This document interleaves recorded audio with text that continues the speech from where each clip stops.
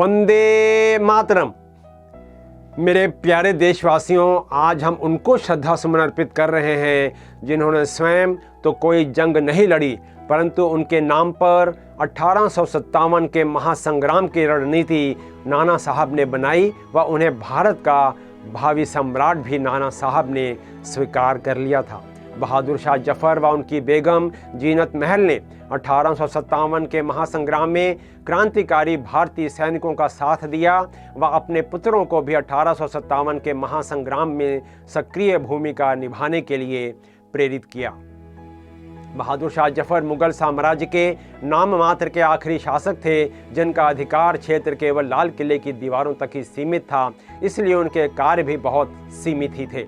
बहादुर शाह जफर का वास्तविक नाम अब्दुल जफर था। इनका जन्म सन 1775 के लगभग अकबर द्वितीय के यहाँ हुआ। बहादुर शाह जफर के दादा शाह आलम द्वितीय ने 1765 में ईस्ट इंडिया कंपनी से संधि कर ली व सब कुछ ईस्ट इंडिया को सौंप कर 1 लाख रुपए प्रति माह पेंशन को स्वीकार कर लिया। इसी प्रकार बहादुर शाह जफर के पिता अकबर द्वितीय भी ईस्ट इंडिया कंपनी के पेंशनर थे, वह बहादुर शाह जफर भी। बहादुर शाह जफर की शिक्षा दीक्षा भी सामान्य परंतु धार्मिक आस्था एवं आराधना पर आधारित थी, इसलिए वह अपना समय पढ़ने लिखने, कुरान को पढ़ने और गज़लें नज़्म लिखने में व्यतीत करते थे। धार्मिक व्यक्ति होने के बावजूद भी वह कट्टर स्वभाव के नहीं थे। उन्होंने पहले ज़ाक फिर गालिब से उर्दू में काव्य पाठ लिखना सीखा। सन 1837 में 62 वर्ष की अवस्था में जब उन्हें मुगल हुकूमत की ताजपोशी की गई तो उन्होंने जो नाम कल्पित किया वह था अबू जफर मोहम्मद सराजुद्दीन बहादुर शाह गाजी, परंतु बहादुर शाह जफर ही उनका प्रचलित व सर्वविदित नाम रहा। बहादुर शाह जफर ना तो बादशाहों की तरह रहते व ना ही वैसे वस्त्र धारण करते, बल्कि साधारण लिबास में ही रहते थे। जबकि उन्होंने अनेक शादियां की थीं, परंतु उनकी प्रिय पत्नी जीनत महल थी जिनसे उन्होंने ढलती उम्र में शादी की थी। सन 1857 के महासंग्राम में यद्यपि बहादुर शाह जफर ने ना तो कोई युद्ध लड़ा और ना ही उनमें यह क्षमता थी, ना ही वह युद्ध कला में निपुण थे। उस समय उनकी उम्र 82 वर्ष की हो चुकी थी, परंतु उनके काव्य ने उनकी यादों को आज भी जीवित रखा हुआ है। बस 1857 का महासंग्राम उनके नाम से लड़ा गया, यह तथ्य सामने आता है। सितंबर 1857 में बहादुर शाह जफर लाल किले से निकलकर हुमायूं मकबरे में जा छिपे, परंतु वहां उन्होंने ब्रिटिश सेना के सामने 20 सितंबर को आत्मसमर्पण कर दिया। बहादुर शाह जफर के साथ उनके 4 शहजादे मिर्जा मुगल, मिर्जा खिज्जर सुल्तान, मिर्जा अबू बकर और मिर्जा अब्दुल्ला को भी ब्रिटिश सेना ने हिरासत में ले लिया।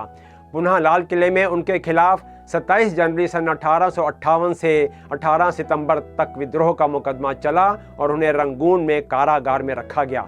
मेजर हडसन, जिसने सभी को बंदी बनाया था, बहादुर शाह जफर व उनकी बेगम जीनत महल को तो लाल किले में लाया गया और उनके 4 शहजादों को अन्य स्थान पर ले जाकर कत्ल कर दिया गया। ब्रिटिश सेना का अधिकारी मेजर हडसन का इतनी कायरता से भी जब मन नहीं भरा तो उसने 4 शहजादों के कटे हुए सिर बहादुर शाह जफर के सामने थाल में रखकर परोस दिए। अपने बेटों के सिर इस प्रकार कटे हुए देखकर बहादुर शाह जफर बोल पड़े कि तैमूर की औलाद ऐसे ही सुरखरू होकर बाप के सामने आती थी। शहजादों की लाशें शहर कोतवाली के सामने लटका दी गईं और सिर जेल खाने के सामने खूनी दरवाजे पर लटका दिए गए। जैसा कि इतिहासकार लिखते हैं कि मेजर हडसन ने बहादुर शाह जफर पर तंज कसा और कहा, दमदमे में दम नहीं, अब खैर मांगो जान की, ऐ जफर ठंडी हुई अब तेग हिंदुस्तान की। बहादुर शाह जफर ने इसका जवाब इन पंक्तियों से दिया, गाजियों में बू रहेगी, गाजियों में बू रहेगी, जब तलक ईमान की, तख्ते लंदन तक चलेगी, तेग हिंदुस्तान की। रंगून कारागार में ही बहादुर शाह जफर ने 7 नवंबर 1862 को अंतिम सांस ली और वहीं उनको दफना दिया गया। बेगम जीनत महल मुगल बादशाह बहादुर शाह जफर की पत्नी थी। उनका जन्म सन 1823 में हुआ व सन 1840 में उनका विवाह बहादुर शाह जफर से हुआ। इतिहासकारों ने ऐसा जिक्र किया है कि क्रांतिकारी जब दिल्ली पहुंचे और उन्होंने जब बहादुर शाह जफर से अपील की कि दिल्ली का तख्त कबूल कर हमारा बादशाह बनना स्वीकार कीजिए, तो बहादुर शाह जफर हिचकिचाने लगे। अवस्था 82 वर्ष की हो चुकी थी। शरीर और मन से शिथिल हो चुके थे। अंग्रेजों की लूट से खजाना भी खाली हो चुका था। बहादुर शाह जफर फिर भी हिम्मत नहीं जुटा पा रहे थे। वह शेर व शायरी करने में ही मशगूल रहते थे।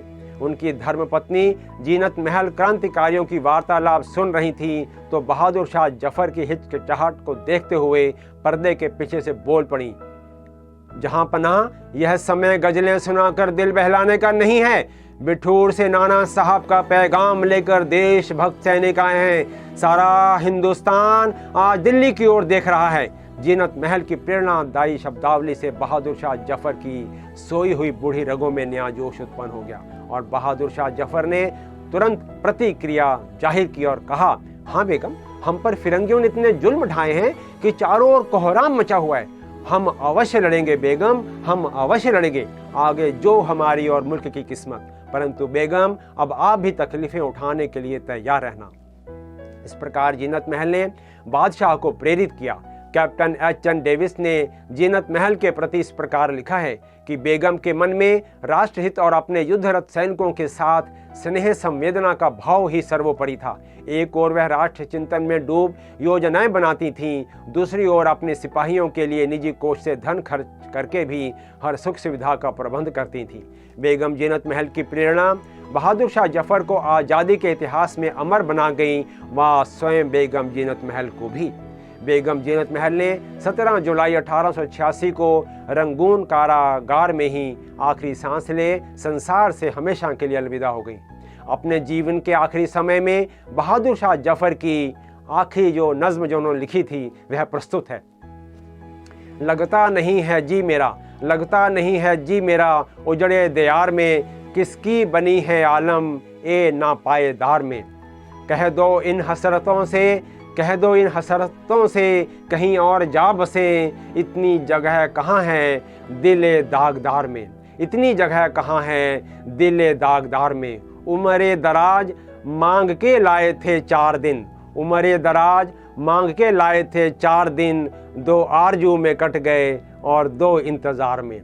कितना है बदनसीब, कितना है बदनसीब जफ़र दफन के लिए, कितना है बदनसीब जफ़र दफन के लिए। 2 गज ज़मीन भी ना मिली कुएं यार में, 2 गज ज़मीन भी ना मिली कुएं यार में, 2 गज ज़मीन भी ना मिली कुएं यार में।